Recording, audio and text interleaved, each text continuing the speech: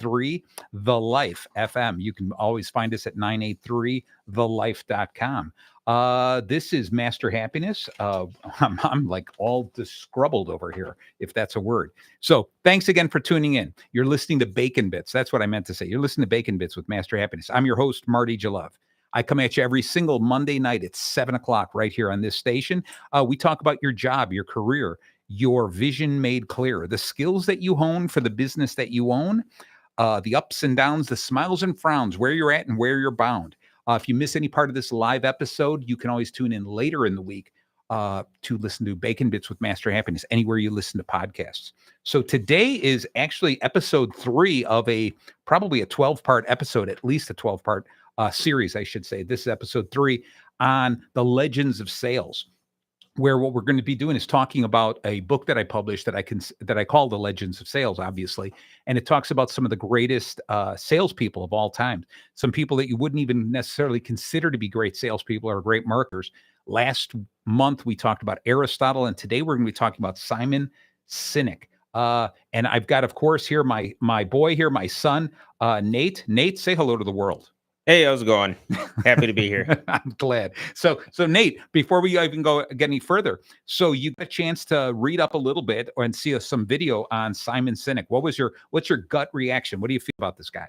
Well, I mean, we were talking a little bit right before the show started, and honestly, I liked it because it was one of those things where you sat there and just really thought about what his what his golden circle, golden circle is, and it seems so natural, so intuitive that you're like, exactly. Of course, isn't it beautiful? Of course, this is what it is. And then you start I started just working backwards, right? So I saw that and I was like, yeah, of course. And then I thought about how, if I were to apply those situations to either me as a leader or me trying to sell something, Certainly. or a little bit of everything, and I was like, wow, I do not use that. There you go. At all. No. So it's like something that seems so simple actually is really complex, and being able to you have to change your whole mindset 100%, because he said, it goes against the grain of the normal thought process. Correct. So for those of you who want to know what we're talking about, which I hope anyone who's listening wants to know. So Simon Sinek was from what I understand, he was an attorney at one time, and then he dropped out of law school to jump into marketing because he truly understood the way that people thought, and he loved the way that really successful marketers marketed themselves. And he found this commonality. What we do as humans, we like to talk about ourselves, and we like to talk about what I want to offer you. This is something you should buy from me. But what he says was, let's turn it around. And he created a thing called the golden circle. And it's 3 consecutive circles. The center one is why, the outer one is how, and the last one, the outest most, is what. And so what he says, which makes so much sense, is concentrate on why we do certain things, why we're in business, why we sell this product, why we created the product. What's that inherent purpose, the need, the thing that fulfills us, the thing that I call what's your bacon. All right. The next thing is how you're going to fulfill your why. And lastly, what is the product or the service you're actually selling? And you do that third. And when you think about it, what's so wonderful about it is that when you just go right to the product and you just talk about the product first, people make a decision. I don't need that product. That sounds like an interesting product, whatever. They break it down. But when you flip it around and you talk about the why first, what happens is you inspire people to follow, like it's part of a revolution. It's part of something amazing. Like, I want to work with somebody with the same mindset I have. So when I hear about the person's why, I get excited about it. And I want to know what do you offer? Why are you doing this? How can I jump on board with you? And what's beautiful about that is how easy it is to expand your product offering as long as it continues to follow the why. You start with a what, it's difficult to expand your offering to say, oh, we also offer this. We also offer this. Why? Because it's a similar product. This is because it fulfills our why, our purpose in life, our goals. And so this is what's really cool. I love this, Nate, how you said you dug into it a little bit. And like you said, it's such a simple plan, right? But you dug into it about how does it affect your business? How does it affect if you have to sell to somebody or even your own personal life, right? Right. Why we do things like that. So Nate, I want you to think about this. If you and I know you schedule deliveries, you schedule trucks. I mean, I'm screwing this up. What's your title? What do you do? What do you Well, do, Nate? I'm currently operations manager at a There you go. logistics company, and Okay. so I have a team of dispatchers underneath me, and we service a wide variety of customers as There you well go. as provide different services. Yeah. And so, something that I have noticed, and it was kind of intuitive. I have, the way I run my team, we're very Yeah. specific in the sense of, there's a notion out in the trucking world that dispatch always lies to the drivers and lies to the customers, right? Yeah. And it's Yeah. just kind of your load is late. Here's why. Nobody wants to ever admit fault, and Right. so Right. something that I instilled in my team was we don't lie to our drivers and we don't lie to our customers. No, of course not. And Right. Right. when we build on that, and I've had customers who, they at times have completely bypassed the sales department and Okay. came directly to me or my team saying, this is a new opportunity. We really like the relationship that you have built with us, Okay. and we believe in the service. And it comes down to the why. It isn't just that we're going to get the truck there on time. Yeah. It's Yeah. that we're going to be open and honest and upfront with them. And if there is an issue, we can sit there and say, hey, this is the reason for it. If I have a service failure, I can or can't do something. Really taking the time to talk it through the customer, but Yeah. Yeah. also taking the time to explain to them, you know, here's why, here's what the process is with our Sure. team and everything like that. Right. So And so I was going to say, so during this episode, what we're going to do is I'm going to keep throwing more stuff at you because I want you to think about the company you work with, and let's see if we can even develop a stronger why. Okay, Yeah. something that really means something more, because the logistics part of it, the trucks, is how you do this thing, or it might be the what you do. And Right. let's really dig down deeper inside there. So one of the things that made me really think about this, and it's hard to say, when I talk about my business as a business coach, I would tell people all the time, I would say I work with teams and individuals to help them feel fulfilled, find focus, and have fun. And I would do this whole thing, and that was kind of broad and general. All right, as opposed to I work with companies and I teach them sales tactics and marketing strategies and employee retention. That's more of what I do. Right. But the more I thought about it, I started, and I'm working on this, and I'm reclarifying my mission statement to the effect of, and it's still a work in progress. So let me see if I can have it memorized. So master happiness. That's me, of course, and I'm not going to forget the very next word. All right. So master happiness works with teams and individuals to help them actively cultivate happiness, knowing that joy leads to success in business, life, and careers. Okay, so that's a really generalized statement. Like, you might still go, "What? I don't know what you do." But the thing that I really want to drive home is that my concentration is on, I want to work with teams and individuals. I want to work with companies. I want to work with a one-on-one if I have to, but have them actively cultivate happiness. In other words, just go out of your way, concentrate on that, and see what I have to do to find happiness. Because, and this is the second part of it, knowing that joy leads to success, knowing that success is more than just dollars. It's how much I enjoy what I do for a living, how much I can deal with the stress of the day to day, and it's bringing that joy in my life, my business, and my career, every aspect of it. I want to help those people discover that joy. And so that's my deep down inside why. And I think what's so cool about that is something that, again, a lot of people consider, but a lot of people don't, is when you have that person in the office, or when you have that person that is always in a good mood, always happy, even when things are a little sideways in the office, you can lift the entire mood of the office. Definitely. And it's crazy because, everybody always has something to complain about. Right. And if you're the person who makes a point not to complain about things, or even if you can just be elevated, or your mindset can be set that, always being positive in the situation, people are going to gravitate towards you. People are going to want you on their team. They want to listen to your ideas. Yeah. Because nobody wants to hear somebody always telling them why something's not going to work. Right. But if you have somebody with the positive energy and that happiness and that joy, it is infectious. When somebody's in a good mood, you can see it. Yeah. Even other people are in a bad mood, they can't help themselves. There you go. There you go. I agree with you.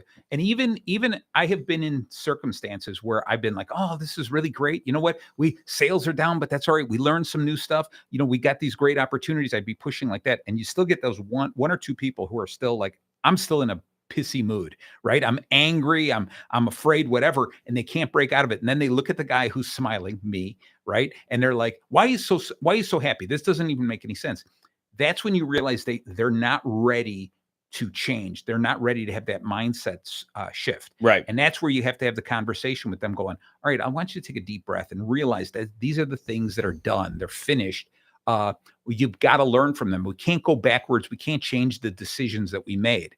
Yep. But sometimes some people take a little bit longer, okay, to come along. But I think that's the part of one of the things of the how of what I do is I help people with their communication skills so they can have those kinds of conversations. All right. But enough about my individual company. I really like this whole idea of this finding the why first. Yeah. It's because everyone is going to work a little bit better if they have a purpose. If they feel the purpose is kind of, it's more than just the finish line. It's the whole journey. It's Right. the reason I'm walking up the mountain. All right. The reason I'm, running a race, the reason I'm going grocery shopping, whatever it is, I need to know what the reason, the purpose behind it. It's really, it's so cool because I tell people all the time, before you write a speech, before you get out in front of, on a stage and talk to people, you got to come up with number one, what is the purpose behind this? What is the why that I'm here? I teach people all the time before you go to a networking event. Okay. And I used to make this big mistake. I'd go to these networking events and I'd go, we'll see what happens. And you Right. walk around, you talk to people, and then you walk out and you go, I don't even know if this evening was successful because I didn't have a purpose for going there. And define what your why was. Exactly. So instead, now I go into a networking event and I go, I'm going to make 4 really good connections. I'm going to collect 10 business cards. I'm going to go in there and make sure that I leave and that I do something that people are going to remark about my presence in a positive way. I come up with something. I create the purpose. So when I go in there, when the time I leave, I go, I accomplished my purpose. Yeah. And I think that's so important. And it's so important for us when we work every day to walk into the office and say, what is my purpose today? And that's the smallest version of it. What is my reason for going into work today? If you can start your day, you're sipping coffee in the morning. What is my purpose? It's partially of what you want to get accomplished. That's the to-do list. Okay. But I also want you to say, what is my purpose for today? What is my why? Why do I exist in the office today? Why do I exist in my relationships? Right. Right. We're both married men. And so sometimes every once in a while, we have to say, why am I here? What is my purpose today? Is it just to survive? Is it just to spin wheels another day and not do anything purposeful? Or is today the day that I'm going to do something extraordinary, something really, like I said, purposeful? Yeah. Okay. And I think that's important. If we can get that mind frame of every day I want to do this, we'll enjoy every day more. Yeah. And I think it's important that you have to understand that not every day is going to be a groundbreaking day. Oh, of course not. Right, You can't go like every single day is going to be the best day of your life. Nope, But if nope. you go into it with the expectation and the understanding and kind of the mindset that I'm going to accomplish this today, Yep. you might have a 15, 20 item long task list Yep. and start the day with 25 and end the day with 42. But if you got 5 things on your list done and you set out to get 5 things on your list done, that's still a good day. That's You it, still set out completely. that's why you were there that day. Yeah, yeah. I like this. I think of it like this: is that somebody who says my purpose in life is to win the Olympics. I want to win a gold medal at the Olympics for whatever the sport is. Right. Every day they can't be, I'm going to win the gold medal today. No, because the Olympics aren't today. Right. All right. So today my mission is to learn something to improve my ability so that I can win that gold medal when the Olympics. I like that. Okay. Yeah. So you have to understand it. So I'm echoing exactly what you're saying is not every day is the monumental thing. Okay. I'm going to cook an enormously fantastic Thanksgiving dinner for my family. Right. So that's my purpose for the month of November. Okay. Right. So the other days might be today's the day that I'm going to find out what my father-in-law is going to bring to Right. Thanksgiving. Today's the day that what I'm going to do is I'm going to learn a couple of new recipes to try out something new. Those are the things. So some of the whys are really small compared to the larger one. And I think as long as we can understand that, we can take a look at our entire life. What's my purpose for my entire life? What do I want to Yeah. accomplish?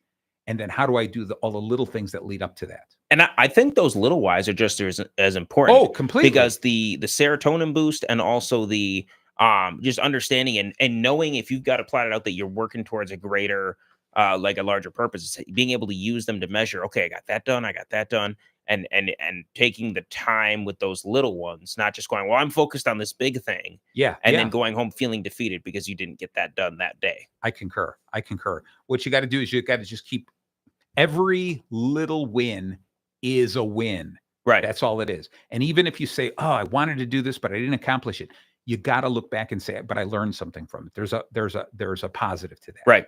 Okay. So some of this other stuff is some people say, "Well, how do you determine your why? What is my why?" And so we're really talking mostly for businesses, but it also makes sense for our life in general. And the first thing I think that's important is you reflect upon your passion. It's the things that you say, this is what I really love doing. Like if I could wake up in the morning and do this, it doesn't have to be directly tied to your occupation. But I know you love to play hockey, right? Absolutely. All right. So how much hockey would be too much hockey? Let me ask you that. Honestly, a little bit more than what I play now. I've Yeah. got a nice balance. I usually Yeah. skate about twice a week. Okay. Because it's on the weekends, and I typically have league games that I play on either Saturday or Sunday, and then the other day I just do a pickup Okay. game down in Yeah. North Yeah. Chicago. And there was a point where I was playing early morning Saturday and Sunday, and playing a league Oh, game as well. yeah. And I was not spending enough of my time. I work Yeah. a ton, and so then my other time I wasn't spending it focusing on my wife, on my There you go. marriage, and on my other stuff. And Beautiful. Right. the benefits that I was getting, like, I wasn't getting much better. I enjoyed it. It was a release of, just being able to, get out and do a physical activity, but I Yeah. needed that balance. Gotcha. And I think you're 100% right with this, is that we have to have that balance, and we have to say, this is what I really love, but there's very few things that we're going to love that we're going to say, this is it. This is what I want to do 24 hours a day. Right. Okay. You need that whole thing. You need the job, and hopefully you've got a job or a career that you really love, that's bringing you the things you want. You've got a family life, not only just with your wife, but your extended family, your friends, that type of thing. You need that because you need that bonding experience. You need to be part of a larger group. Right. Okay. And you need to have that personal time. This is the stuff that's important to me. This is the stuff that just sometimes it's alone, or sometimes it's with a group. I need the stuff that's specific to me. Okay. And so I find I have a lot of cool hobbies that I just want to be alone. I just Yeah. want to work on this by myself. I just really get into that. I need that alone time, that thinking time. And then other times I want to be surrounded by family and friends. Okay. And then other times I got to do my job. I got to work and share that same thing with other people. Right. So it's reflecting on your passions is the first way of finding your why. Those things that bring you joy. The next is unearth your story. Okay. Bring this up and and what you're doing is you go back through life and you say, this is what I did. When I was younger, I used to do this. When I got to this age, I did this. These are the things I've always loved, because what that kind of thing does is it says, I have created a pattern in my life that I always tend to do these types of things. Okay. My whole life, I was never a sports guy, never played sports, but I was more the creative guy. Okay. All right. So Right. I like to draw. I like to write. I like to write jokes. I like to write little stories. I loved if I had an opportunity to entertain in front of people. I loved that. I love building things, anything. I loved looking at stuff and saying, "Oh, this is cool. What if we tied these two things together? What if we glued them together? What could we build?" So it was always this creative spirit, no matter what I did. And so for me, it was I have to take a look at this and said, I found so much joy in that I was able to discover what brought me happiness, that I wanted to share that happiness with other people. That's what leads me to where I'm at right now. Right. So if you were to say, I'll throw this at you, Nate, if you were to say some common denominator Okay. And you don't have to answer right now. I want you to think about it a little bit. We'll go on. A common denominator of the things that you remember, the things you played, the things that you gravitated to throughout your life. Is there some commonality of, man, I always find myself wanting to do this type of thing? Okay. I mean, it's two different things, but it Yeah. allows me in my current role that I combine them and together. Okay. So, for me, building Legos was always a big one. Cool. But it Yeah. wasn't, Yeah. I always, I'd get the sets and I'd build the first set you following the Yeah. Yeah. instructions. But for me, I liked being able to look at something like I'd be out riding my bike and I'd see like a tree trimming Yeah. truck Yeah. drive past or something. I'm like, wow, that's really cool. And I would go home and then I would try to recreate That's what I had neat. seen, That is very neat. you know. Okay. And so I've always had a mind where I've looked at my surroundings and either tried to recreate it or improve upon it and Okay. kind of tie things together. Okay, this can go with this can go with this. Yep. And so the combination of that, and then I know when I was younger, I always struggled with kind of the just kind of rejection a little bit. I was always the Okay. odd man out in this friend group. I was a little bit shorter in stature, kind of annoying Yeah. growing up. And so since Well, I mean, you're not shorter anymore. right. So I Right. mean, since I was, 9 years old when I decided I wanted to be president of the 4-H club that I Yeah. was in.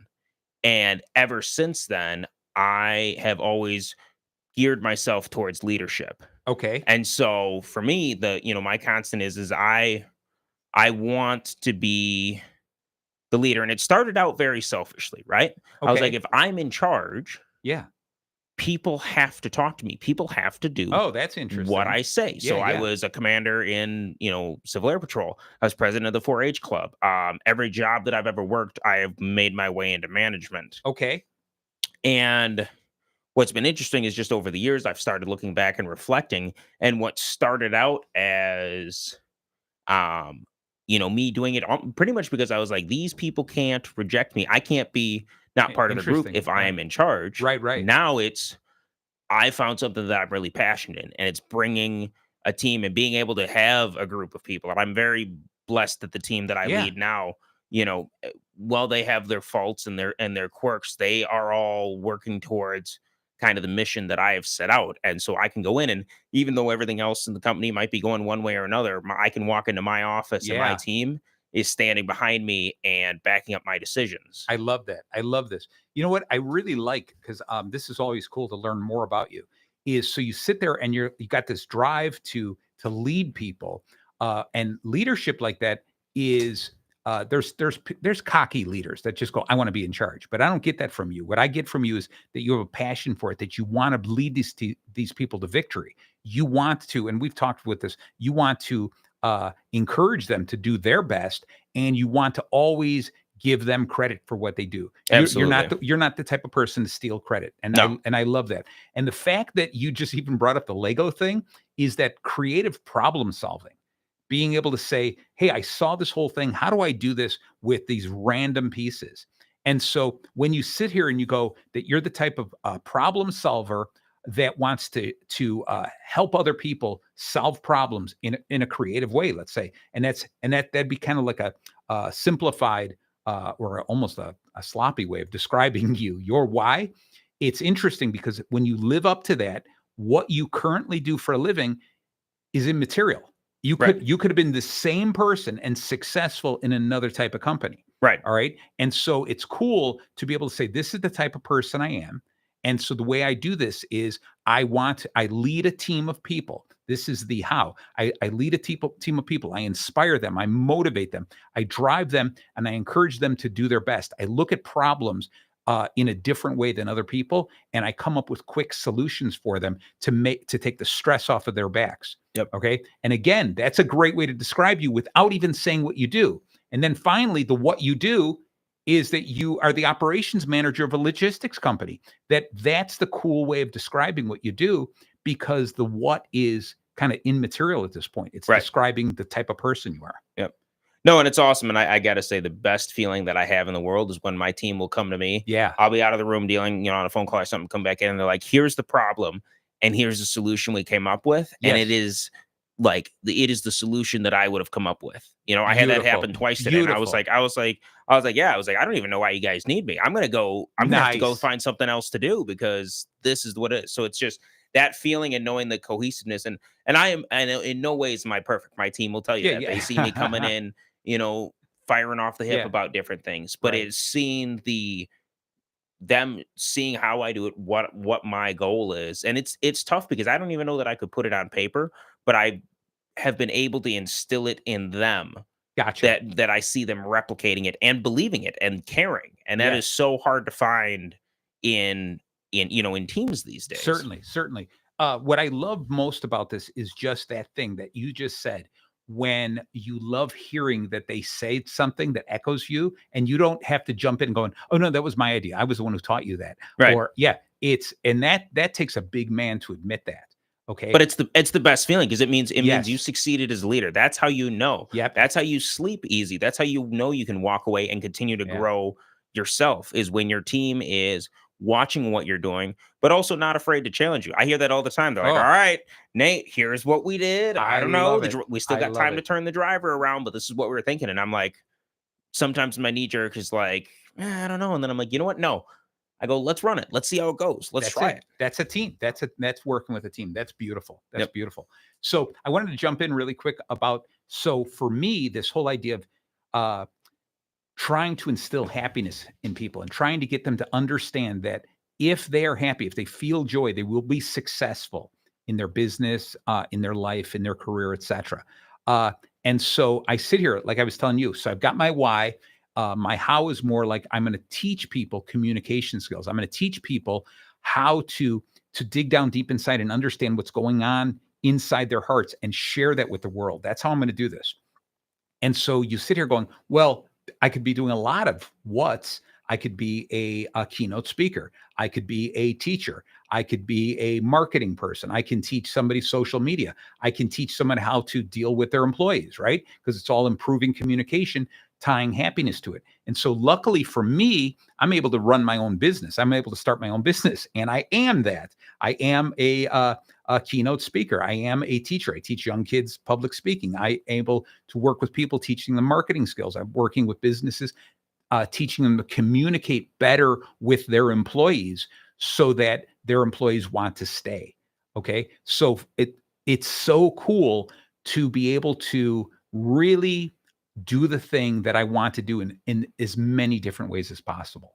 All right. So that's what makes that again adds to my joy. It makes me happy all the time, realizing that every day I get to help somebody in that direction. Nice. Okay. So this last part, we talked about reflecting on your passion, the unearthing your story, how we started, and then aligning what we're doing with your values. Okay. What I stand for. Okay. And you got to sit here going, and I always talk about the values of saying, this is not the value that I bring. This is the values, the things I stand for, my beliefs, Yeah. the line in the sand that I draw, that I go, I will not cross this line. I'll get close to the line. I might even bend the line sometimes, but I won't cross that line. I don't want to hurt people, obviously. I don't want to lie to people. I don't want to manipulate or trick people. So what I do is I teach people about this win-win. And so when you imagine, this whole idea, I can take my passion, the thing that really brings me this amount, that brings me so much joy, this thing that I can look back at everything I've ever done in my life that leads me to this. Okay, I can talk about my story, everything I've done, and how the where I worked at the right companies, where I worked at the wrong companies to make it all happen. And then I can sit here and I can say, plus, I never have to cross that line. As soon as I have a customer who says, I want you to do this, and it doesn't feel right to me, it's beautiful to be able to say, I'm the wrong guy. We can't Right. work. We can't Yeah. work together. Okay. And that's what truly, truly brings me a whole bunch of joy. Yeah. Okay. So Nate, we're going to take just a momentary break here, and then we're going to get right back, because then I want to get into the bacon, the BACON of what following along with what Simon Sinek would say. I love it. So please hold on one second, and everyone out there listening in, just stay tuned. We'll be right back. Hey, cats and kittens. Join me, Gray Dolan, Sunday mornings at 11 for Mood Swings with Gray Dolan. Each week we'll visit a different genre, style, and mood of music here on The Life 98.3.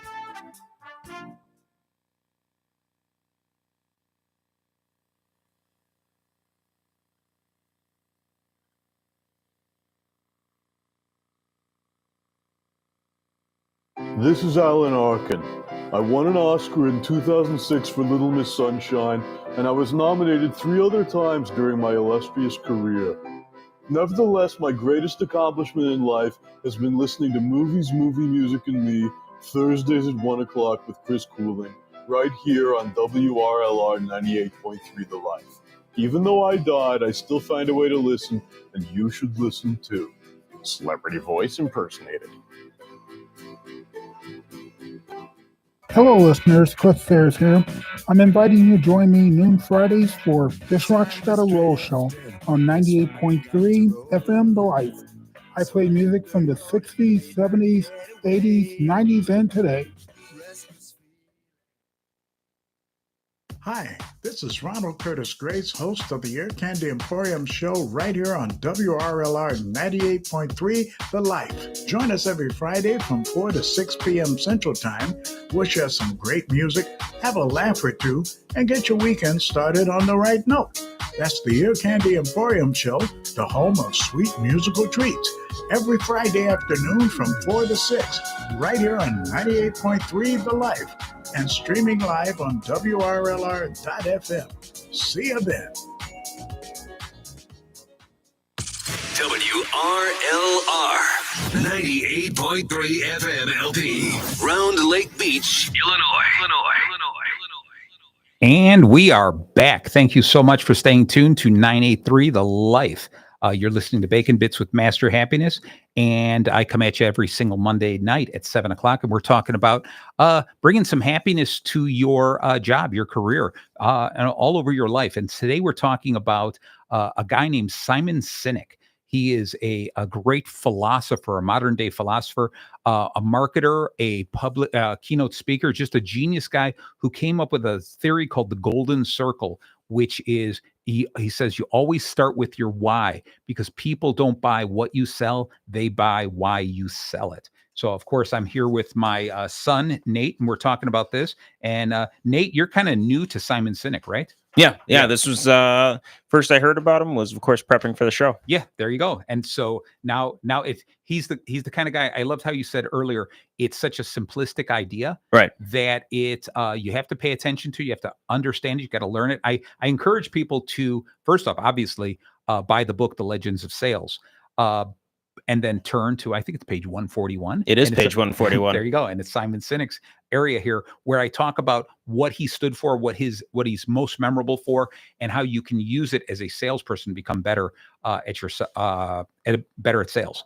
Okay, so one of the cool things here on Bacon Bits with Master Happiness is what we do is we add a little bit of bacon to the show, and today is not any different. So we've got to add some bacon, but we're not talking about the bacon for chewing. Oh no, Marty, we're talking about the bacon for doing. I love how you say that. All right, so the BACON today is obviously B is begin with why. That makes the most sense, is finding your purpose, the reason you're doing this. A is align that why with your values, connect your mission with your values, but more so not only my values, but the value of my audience. Okay, understand that I'm not going to change my values and I'm not going to change my mission to find an audience. I'm going to stay true to myself, and the right people will come my way. All right. C is communicate with stories. All right, because stories really stick. I could tell you the same thing over and over and over again, but when you start hearing the story of how it changed somebody, when you start comparing, Simon talks about 3 different entities when he talks about the importance of starting with why, and he shows some correlation between the Wright brothers, Apple, the giant, as well as Martin Luther King, and how they all started with their why, explained why they believe the way they do and why they do the things they do. Then they explained the how, and then finally the what, and that's what made them all so famous, so larger than life. Okay, that was C, communicate with your stories. O is over deliver on emotion, and I'm a big believer in that. And finally, N is never stop growing. You've got to continue to tweak your own mission statement, because every day something changes. And sometimes you're like, the more I talk with certain customers, the more I stay in this marriage, the more I learn about my wife, the more I learn about my customers, my clients, my vendors, my employees. The more I learn, the more I tweak things and improve them. Okay, so we want to make sure we never stop growing. So we pretty much covered begin with the why. I think we've really kind of driven that, right? Okay. Absolutely. Yeah. So the more we're thinking about this, now we've had a little bit of time to think about this. What would you say is, are you tweaking more of the why for the company you work for? Now, remember, it's not just, you can't just say, we want to take these trucks and move merchandise back and forth. What is the why? What's the purpose of being in logistics at all? What do you think? And I'm throwing it at you, and I know it's a curveball. Well, it's funny because I was sitting here and I was planning at some point, kind of just running it past you. It's like, because we were acquired, right? And so we were a family owned business that was acquired. Yes. And then you have the company that acquired us, but they were also a brand new company. So it's like a startup idea and everything like that. And so their team's why versus what our team's why was, don't entirely mesh up. It's very, very different. They're very growth oriented, technology oriented, and everything like that. Whereas we were more service oriented. And while the growth and the technology really can help with service levels, sometimes the service gets left behind in the growth. Yes. And so just the kind of the thought I had was when, people will find themselves in that situation, it might even be a lower level sales position at a company. Somebody recently got hired, maybe they're a junior salesman or something, and their company hasn't outlined what the why is to them yet. Yeah. How do you track that down? How do you, because it's not like they can just ring the CEO and say, hey, what are you passionate about? And why are we doing it? And while the company itself might have its mission statement or whatever, that driving why is, how does somebody lower level kind of punch upwards and say, okay, how can I make this my own? How can I make this something I believe in so that I can sell it like I believe in it? Yeah. I think I love this question because you're right. When somebody lower level comes to this epiphany, like, I need to know why I'm here. All right. And they can't necessarily go knocking on the door of the CEO, depending on how big the company is. But I think it's important to go and read the mission statement and say, how in tune or how aligned am I to the mission statement? Okay. All right. That's how I would start. But then every single department, it's really department, whether it's in the city, whether it is the accounting department, the marketing department, the logistics department, whatever it is, every department should have their own mission statement. Absolutely. What is my purpose of doing this, right? And it should fall in line with the greater purpose of the entire company. Sometimes it's my whole mission is to make sure that these other people can succeed at what they do. That might be one department's entire mission. Okay, think of the people who repair the vehicles for your company. Okay, their mission statement is to make sure that you guys can fulfill your goals by making sure your vehicles are not down any longer than is absolutely necessary. Okay, that's their why. That's their purpose, is to go ahead and make sure that the people who need these vehicles are not burdened in any way. And maybe that's kind of like what their why is. And then if you want to take it step further, if my department has a why, then why not me as an individual? I have a why, which goes beyond my goals. My goals are more of the physical things, the things that it's really easy to write down. Right. I want to accomplish this year. That's cool. But why do you want to accomplish that? Okay. That's what's so important. And you can see also that if you're a good leader, you come up and say, our department, this is our mission statement in our department. This is what we do here. This is why people come to us. This is why people want to work here. This is why people bang on our doors going, I want to work in this department. Right. Okay, this is what we do. And this is how we support the rest of it. And this is how we fall into the greater mission of the entire company. And then you take it as a leader there and you say, and for myself, I'm Nate, and this is my mission. This is what I want to accomplish. And this is how this falls into the greater good. These are my values, and this is how my values fall into the values of the department and the greater company. Okay. And if you can do that, then you can get your employees and you say, what is your mission? What do you really want out of this? Right. And if you get a guy go, look, I'm just here for a paycheck.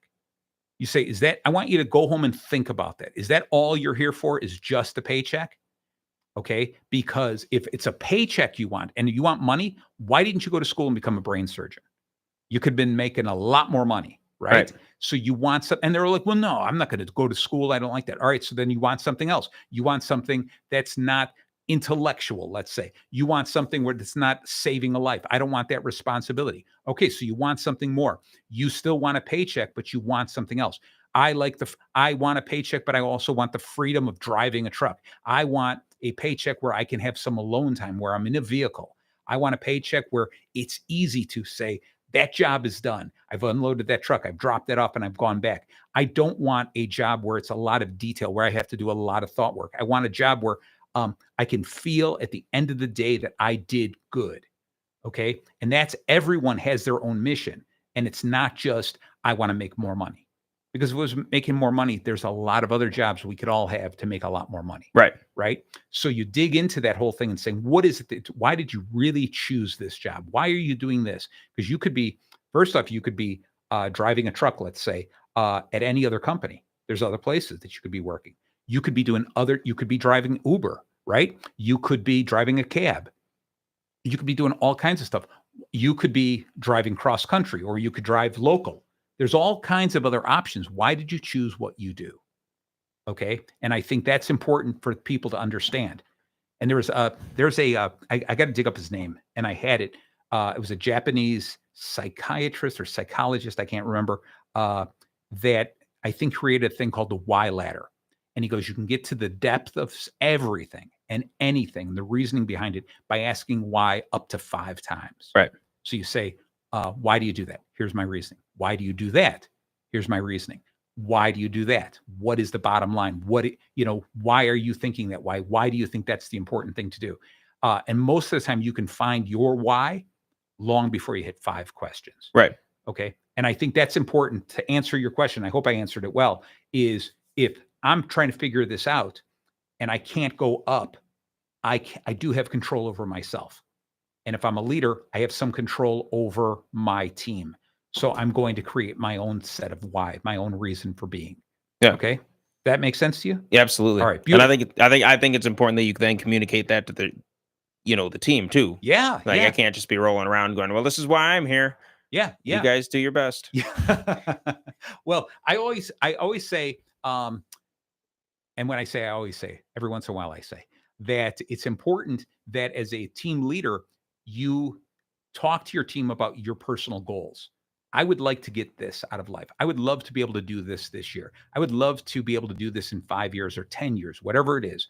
And then you ask them, what are your goals? What are the things that you'd love to get out of life this year, 5 years, 10 years from now, whatever it is? Find those goals, but then say, how are you, what's the why behind that? Right. Why do you want to do that? And why did you choose this as your path? Okay. So there's more to it than just what I want to get accomplished. Okay. And I think it's really good. The deeper you can have those conversations, one of the other things that Simon Sinek talks about a lot is inspiring versus incentivizing people. Yeah. Okay. And I love this. And at first I was kind of like I gloss over it a little bit as I'm reading it. And it's so important, because what you need to do is when you incentivize somebody and you say, hey, if you make quota today, it's a beer party, everyone gets a 6-pack, or, hey, if you make quota, you get $50 more in your paycheck. That's an incentive that's saying that's all that's worth at that moment. And so that what that means is the next month, if there's no incentive, then why am I going to try that hard? Right. Okay. And if you do the incentive too often, then it becomes part of my paycheck. Okay. And it loses there's no motivation, because that's what I always get. Right. Yeah. So instead, you work on inspiring people by talking about the why. This is why we do this. And you're going to be part of this.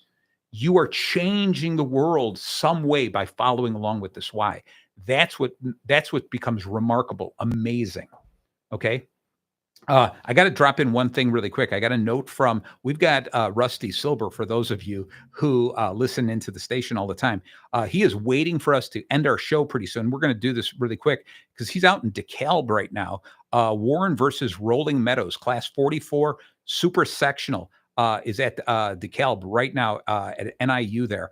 And so I think that they're going to be starting the game very soon. So as soon as we're done, we're going to turn that over to him, and you're going to be able to follow that game. For those of you who follow, this seems like it's going to be a big game that you're going to want to follow. So definitely stay tuned after the show. All right. So we talked a little bit about these stories, etc. The next thing is is over deliver on emotion. Okay. And this is one of these things I always drive home. When we're sharing stories and we're talking to people, and there's something that happens that's exciting for us, or something that happens that's scary for us, maybe makes us angry, it's really difficult to share the emotion with another person because they didn't live through it. Right. Okay. I mean, you ever go to a haunted house and you say, oh my God, I was terrified. Like I almost wet myself. The guy just jumped out of the dark, scared me. You explain it to somebody and they're going to go, wow, that sounds scary. Right. That's it. They're never going to feel it.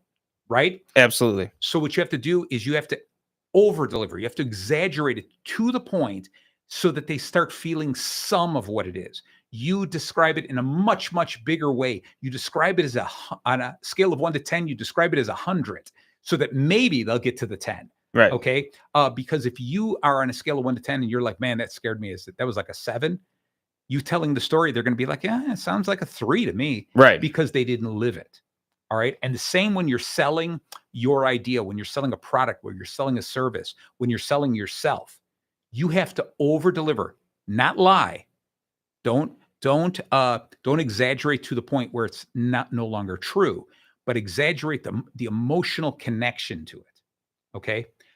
Let me ask you, Nate, when you were younger, did your mom read you like bedtime stories that you remember? Absolutely. All right. Yeah. What was your favorite bedtime story? The Adventures of Paddington Brown was always a great one. Wow. See, we came from completely different families. I don't think I've ever even heard of the Adventures of Paddington Brown. You're missing out. I guess. What's the gist? What's the highlight of that story? He's just a young bear Nice. that is adopted by a family in London, and he can speak English, which doesn't make sense. There's not much logic involved, but are there bears in England? They speak in English. There was the one in particular, but no, it's just hijinks and all that. But okay, so think about. I'm going to go back with a story I'm more familiar with.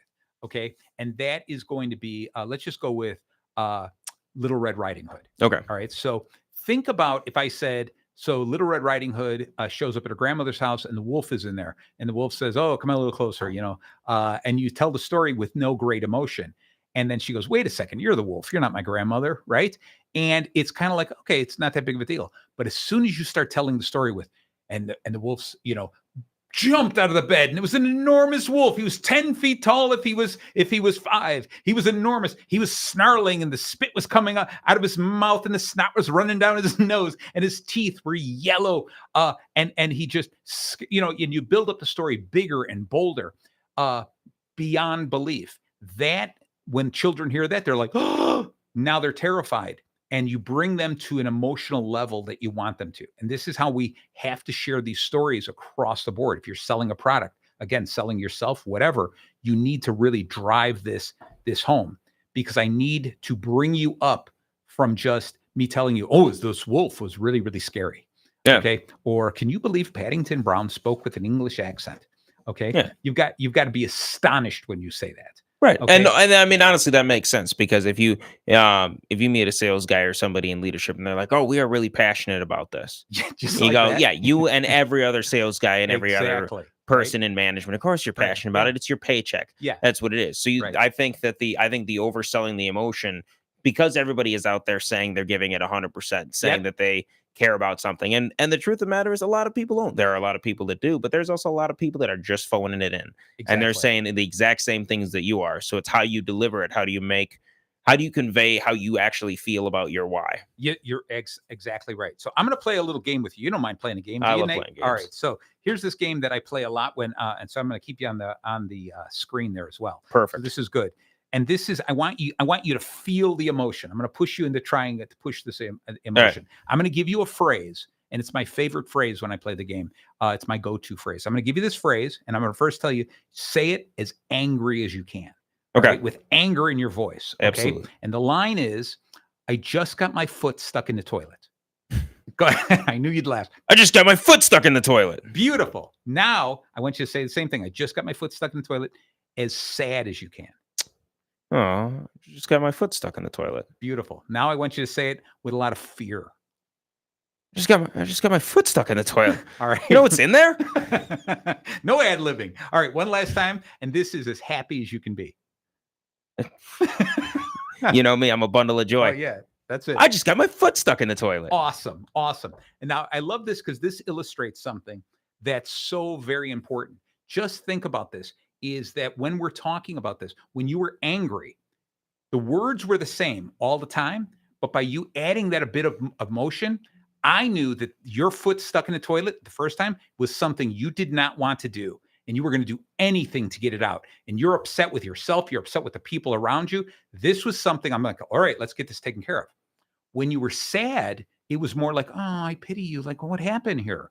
Like, let me see if I can help you. My response to you is going to be different. Yeah. When you were fearful, I was going to be like, all right, do you need me to protect you? Like, we'll take care of it. It'll be okay. Okay. And then when you're happy, I'm sitting there going, you're a goofball. What do you mean why are you so happy you got your foot stuck in the toilet? Right. Right. And so that's just a great illustration of showing the exact same things with exaggerated emotions change the intent of it. So if you are really trying to sell something and you're pushing this excitement, you're pushing this energy, people are going to feel that. Okay. Just like that big difference of I'm angry because I got my foot stuck in the toilet versus I'm happy. There are two different feelings that I'm getting from you and two different responses I'm going to have to you. So the greater energy and more emotion you have, the better off it's going to be. All right. Yeah. All right. And so that's the over deliver on emotion. And the N, of course, is never stop growing, which I was saying is it's this whole idea we can always learn something new. Right. Okay. I love the fact that we do this show and that you're reading because here you learned something new today. You learned about Simon Sinek. I did. All and right. I actually I really appreciate it. Yeah, I thought I was watching the clip that you sent me of him speaking and then following up with the book, and perfect. Just kind of really made me just take a step back and look. And I really encourage people, look him up on YouTube. It's one of the TEDx talks, and it's not a TEDx, it's a TED Talk. And I think it's the second or third most popular TED Talk of all time. And it's called It Starts With Why. And he really drives home this point that people don't buy what you sell, they buy why you sell it. And as we always say here, the legends of sales, it's not just about selling products or service, it's about selling ourselves. All right. And every single day, in every single way, we're always selling ourselves to somebody. We're selling ourselves, we're selling our brand, we're selling our products, we're selling our service. We're always trying to convince somebody that we're worth listening to. Okay. Right. So I'm going to kind of wrap the show up. I think we're covered here. Do you have any questions? Anything that you want to add? I do want you to think about this. What was the big takeaway for the show? What would you say is the thing that if everyone, they listened to the show, what was the big takeaway for you? Something that you liked? Well, I'm just going to repeat what you just said. That Simon said, and I make a little note to myself throughout the show. And this one is the one that, it honestly hit me in the face like a baseball bat. And it's the people don't buy what you do; they buy why you do it. Yeah, yeah. Perfect. And I just immediately started thinking back about the relationships that I have with customers, my team, even management, and it can all be traced. All the successful ones that I have can be traced back to people actually believing in that. So that is the big thing that I'm pushing is how can I continue to instill that and grow that in my team? Yeah. And how can I continue to grow myself in that area? Love it. Love it.